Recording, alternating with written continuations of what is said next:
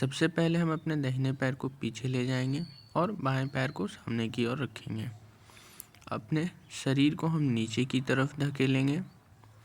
कुछ देर तक हमें ऐसे ही करते रहना है और फिर धीरे धीरे बैलेंस बनाते हुए हमें अपने शरीर को पीछे की ओर ले जाना है। अपने एक हाथ से पीछे पैर को छूने की कोशिश करेंगे। फिर हम दाहिने पैर को आगे की तरफ ले जाएंगे और बाएं पैर को पीछे रखेंगे। इस बार फिर हमें अपने शरीर को नीचे की ओर धकेलना है। ध्यान रहे ज़्यादा जोर नहीं लगाना है। अब हम अपने शरीर को पीछे की ओर ले जाएंगे और एक हाथ से हम अपने पैर को छूने की कोशिश करेंगे।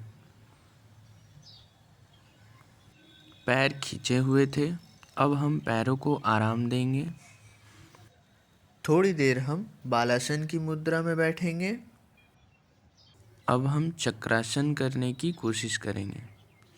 सबसे पहले जितना हो पाएगा उतना ही करेंगे। फिर धीरे धीरे हाथों को आगे बढ़ाएंगे, पैरों को सीधा करने की कोशिश करेंगे। फिर हम अपने पैरों को भी पीछे ले जाएंगे जहाँ तक हम ले जा सकते हैं। अब अपनी बाईं पैर से हाथों को छूने की कोशिश करेंगे और दाहिने पैर से भी हाथों को छूने की कोशिश करेंगे। ध्यान से आपको बैलेंस बना के रखना है।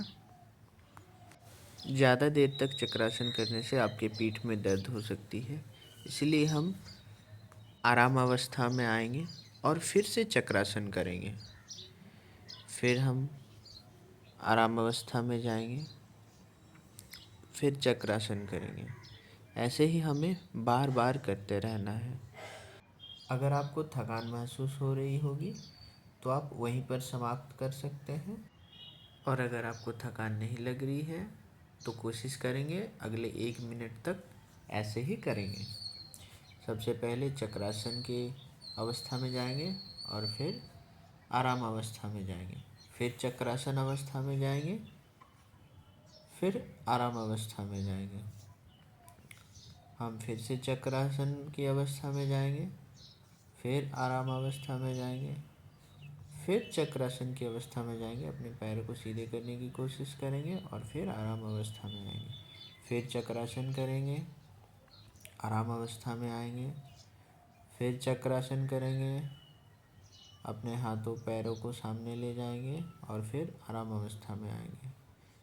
अब ज़मीन पर लेट जाएंगे, हाथों और पैरों को सीधी कर लेंगे और थोड़ी देर के लिए इसी अवस्था में आराम करेंगे।